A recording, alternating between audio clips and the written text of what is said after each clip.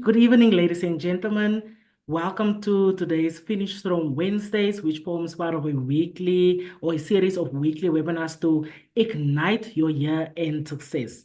Last week, we had a very fruitful conversation around the love languages of communication for your KPIs. And this week, we are going to delve a little bit deeper into mastering tough talks and how to basically master crucial conversation with confidence. Now, you might be asking, who is this guy speaking to you? My name is Rowan Haai. I am a governance, risk, and internal audit associate who recently embarked on my journey to become a certified internal auditor.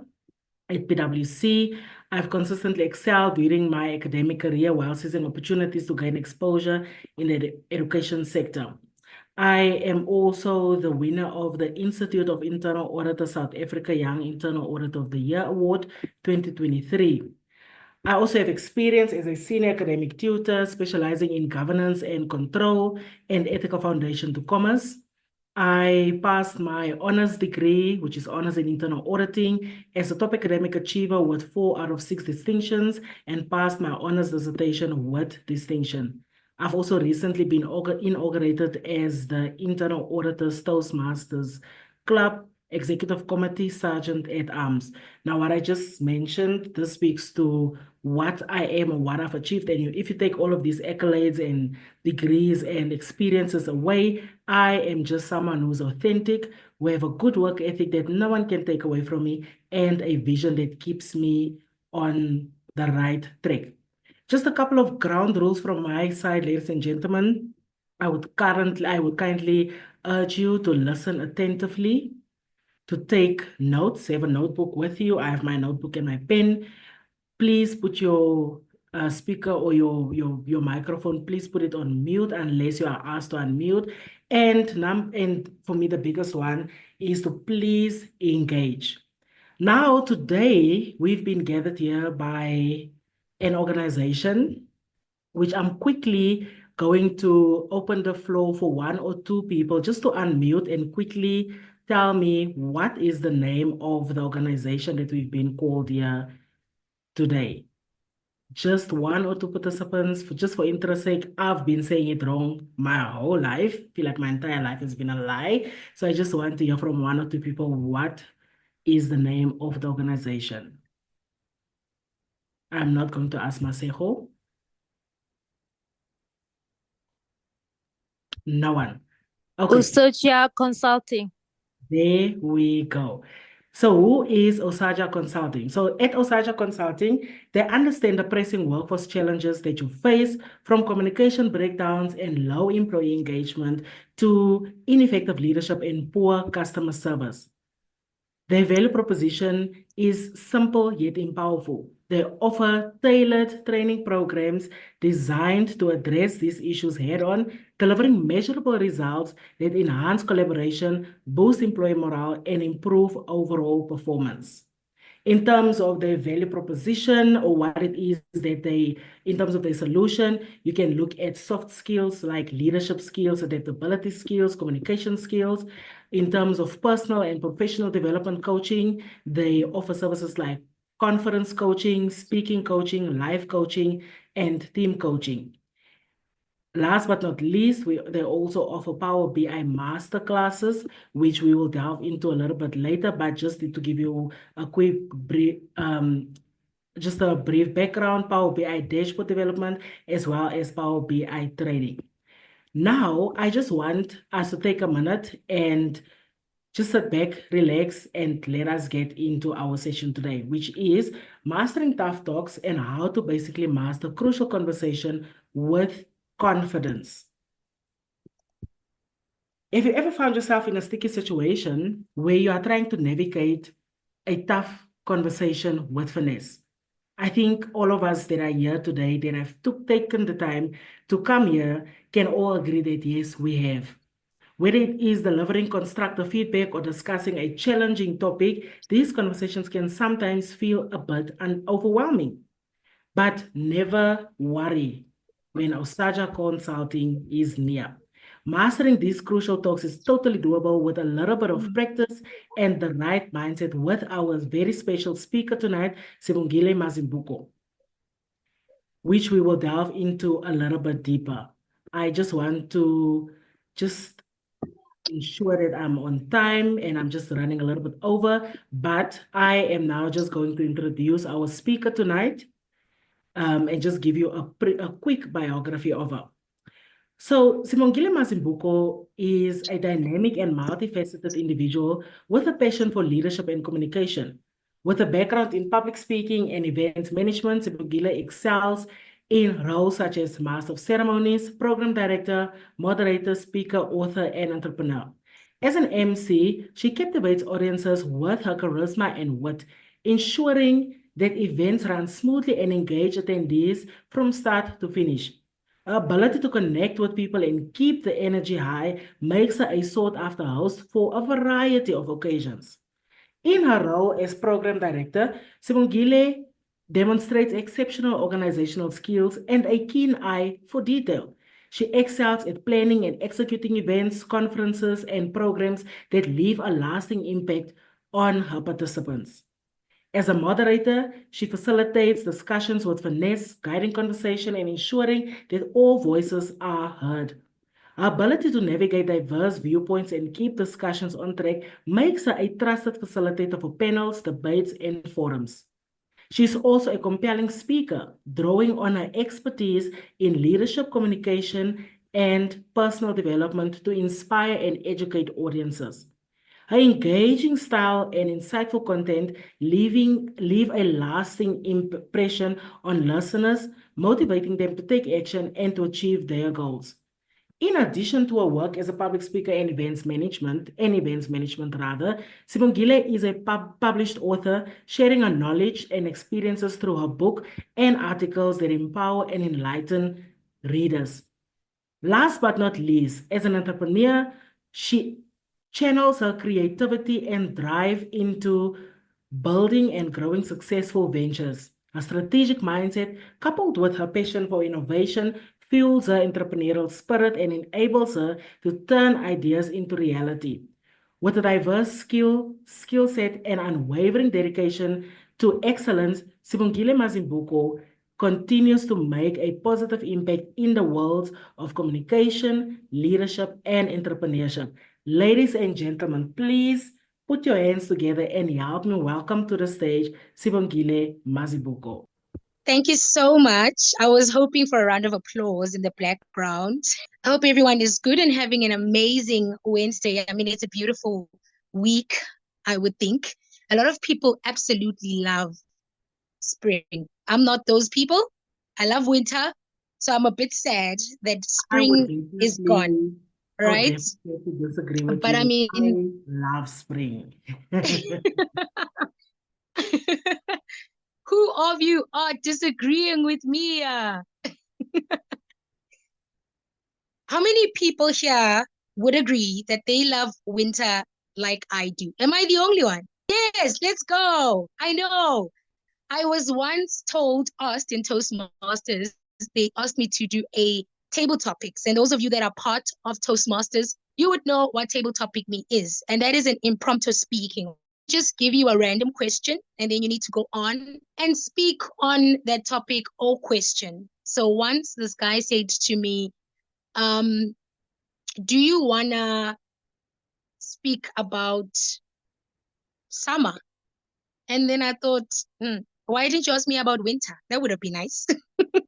Because I just think there are more advantages to winter than there are about summer. But again, I don't want to start a crucial conversation between myself and you guys. So I will let you guys decide which season is better. Let's get into crucial conversations. I would like for you guys to share with me on our chat box what was the first word that came to your mind when you heard crucial conversations. So, is it something that makes you uncomfortable? Is it something that makes you feel weird?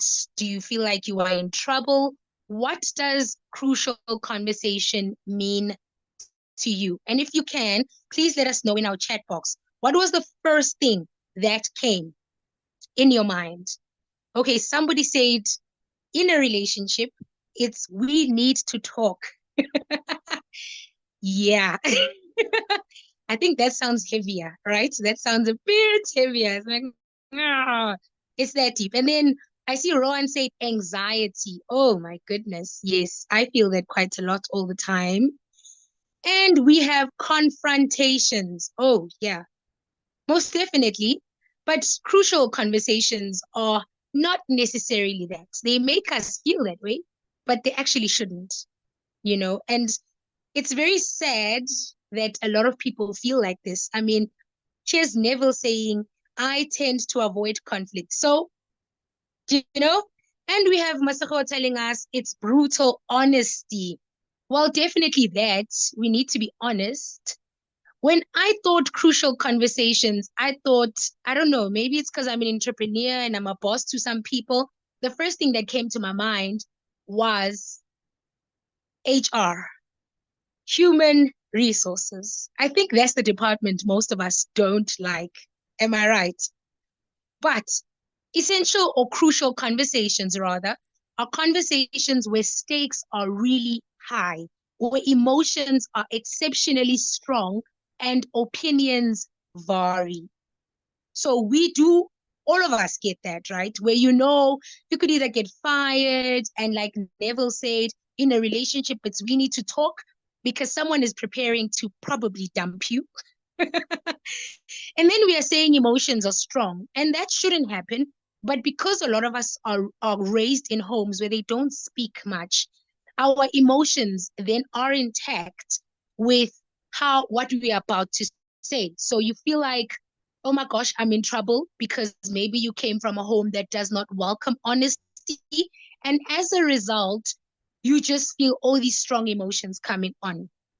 And then, of course, there's so when opinions vary, that definitely means people will object. That's just the gist of it. People will object because I hear you, but I think my way is better than your way, right? And I think we can all agree that we've been in that position, whether at work or at home or something was going on, but we just felt, whew, this is a lot for me, right? And at this point in time, I just felt it was necessary to go into, especially my corporate companies, and teach them one of, I think, the top 3 law firms about having crucial document has to deliver either bad news or has to find out what happened between 2 parties. Asked, please run a program just to teach our HR conversations that are essentially people. Now, why a crucial impact on your relationship? Like Neville said, it either means we are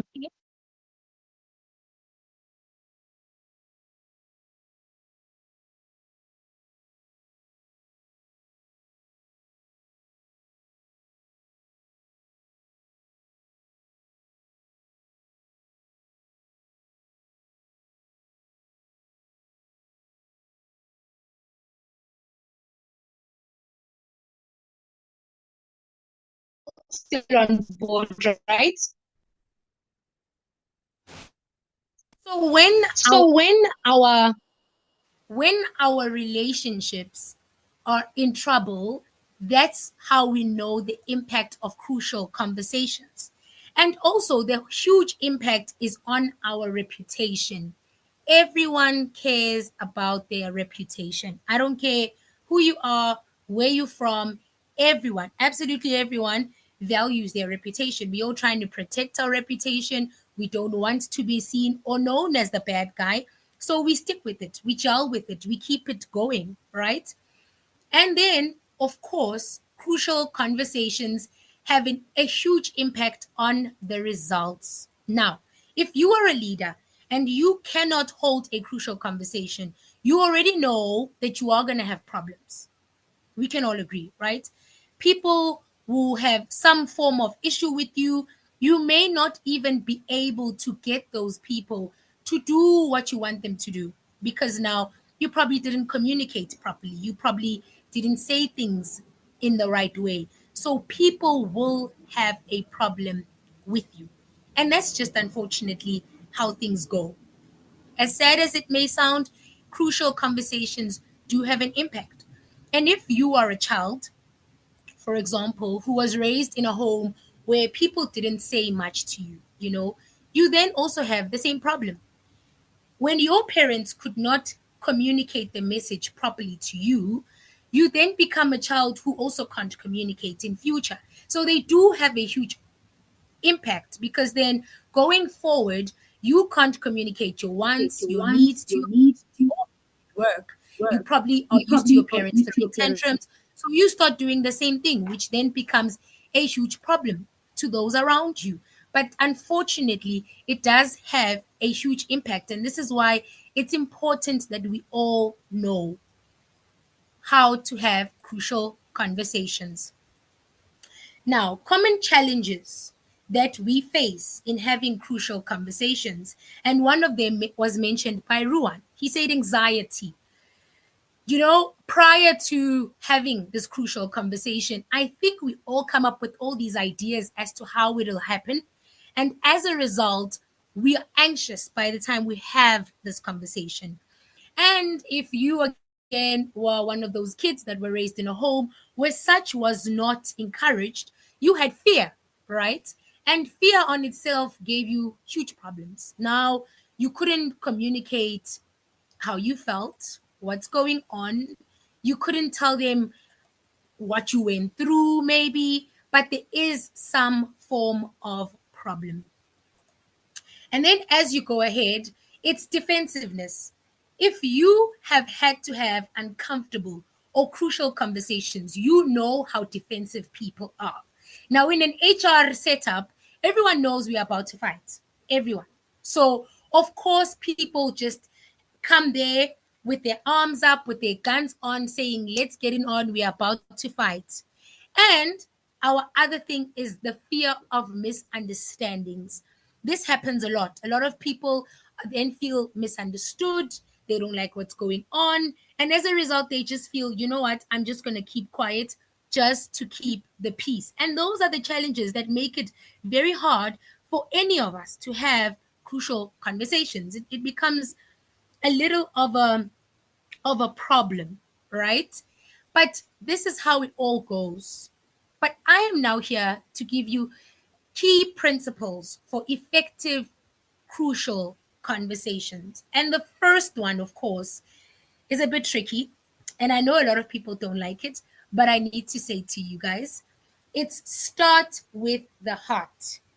I know. Nobody wants to hear that. Nobody wants to hear anyone say, speak from your heart, because many a times when we are having crucial conversations, nobody trusts their heart. Absolutely no one. You just feel like your heart is going to show how vulnerable you are. It's going to expose how anxious you are. It's going to show how fearful you are. But the thing is, when we start speaking from the heart, we allow ourselves and each other to be human beings. It's okay. And this is what I teach in the corporate setup, that as much as we are meant to be professional, but when it comes to crucial conversations, we must already understand the emotions linked to it. So it's important for us to connect heart to heart and be human beings so that we can have a clear understanding as to what the other person is struggling with, right? And then moving on to my second key principle, and that is stay in the dialogue all the time, beautiful people. A lot of people, the minute you say to them, you need to speak from your heart, yo, then the person feels like they can blab. They now mixing an an event that happened at work with something that happened at home, and this is what triggered me. We need to stick to what we are talking about. So let's say an employee or an employer or a fellow colleague did not treat you well. You still need to speak about what is in question. As much as we are connecting heart to heart, we still need to do it with what's in question. What happened? What bothered you? Why did you feel bothered? Etc. And then, of course, my third principle is explore other people's perspective. Another one that's hated because a lot of people want to stick to their guns that I'm right and everyone's wrong, right? With your hands up, please show me who of you are those people who says but I'm right and everyone's wrong. I'm right and people are getting it all wrong. If you are that person, you need to teach yourself how to explore other people's perspectives.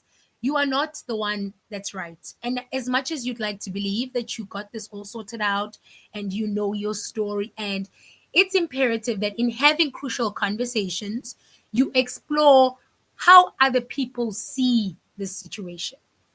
Be an objective person. I always say, for me, I'm an objective person, and that has helped me avoid certain battles because they're really not worth it. You realize that when you have these battles, you are basically just trying to prove that you're right, which also becomes a waste of time because it either costs you a relationship or a job or your reputation. It's not worth it, right? And then, of course, my last key principle is move to action. Now, this is something my fellow Black people do not do. I'm sorry, but it's the truth.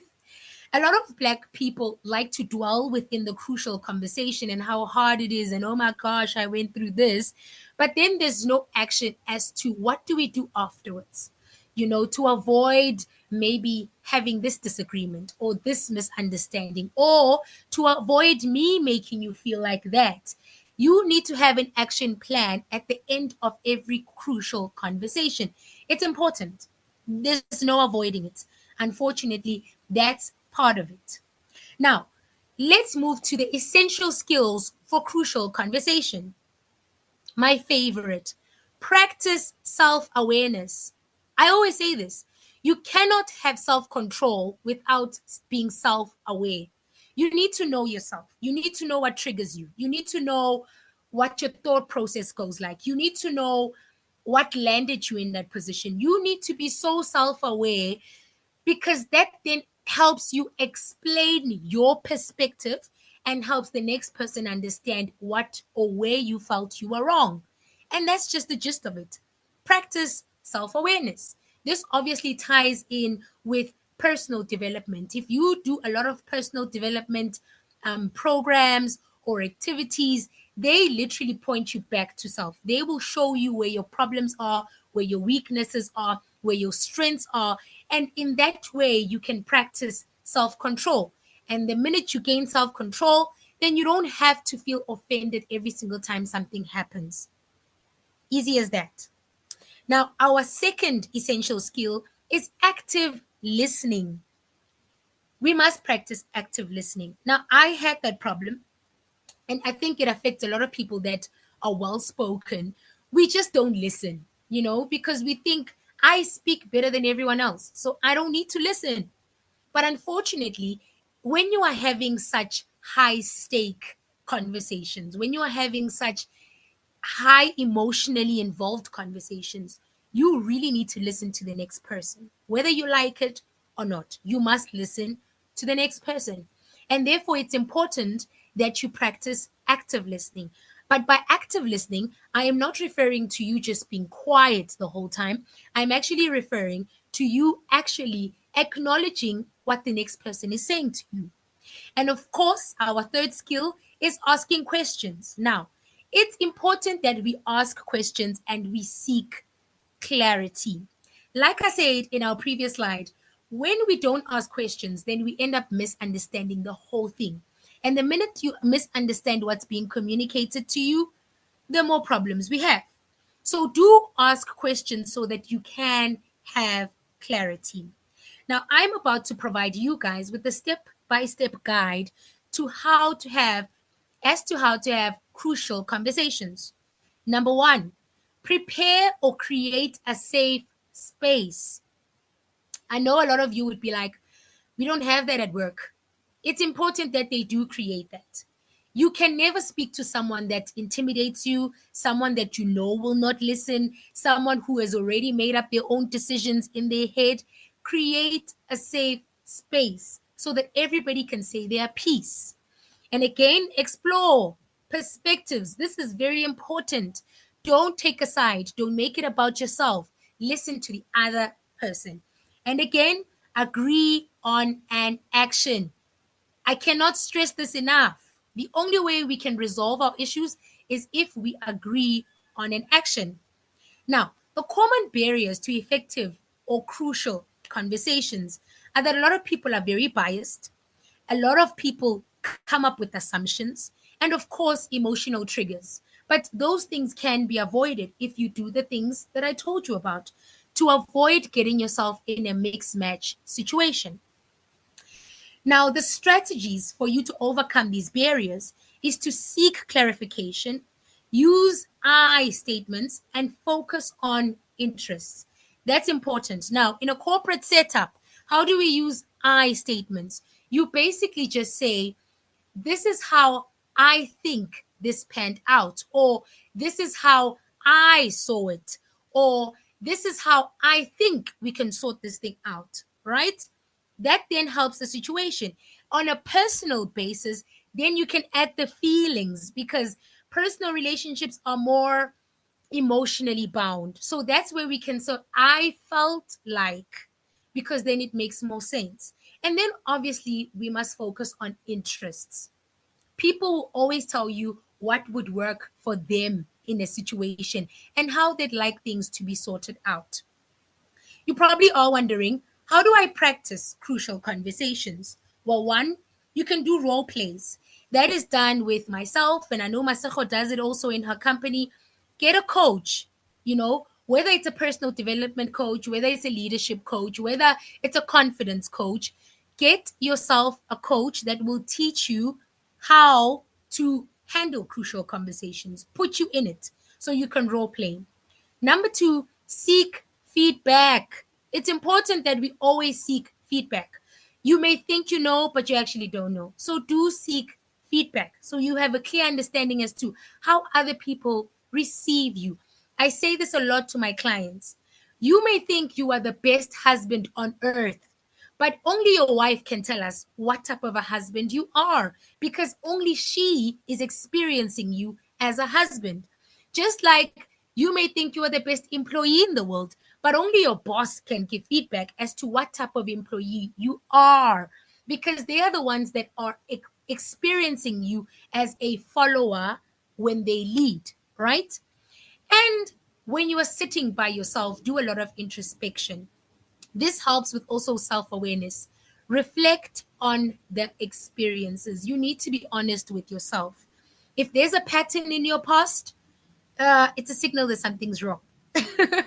So do take that into consideration and reflect in your experiences so that you can change how things go. Mm. The benefits of crucial conversations are massive, and we all cannot um, act ignorant and say we don't know if it is there. It definitely is there. Firstly, we have improved relationships, and we want that everywhere. We want that in our professional setups. We want that at home. We want that everywhere. It improves relationship, and of Yes. course, it increases trust. If people can sit with you and be vulnerable, if people can tell you their truth, if people can be honest with you, they then can trust you with their lives. And that's what we need. With our corporate spaces, you see that a lot of people don't trust each other because there's a lot of backstabbing, there's a lot of gossip, and this is why you find that even HR cannot get through to people. But this is so important.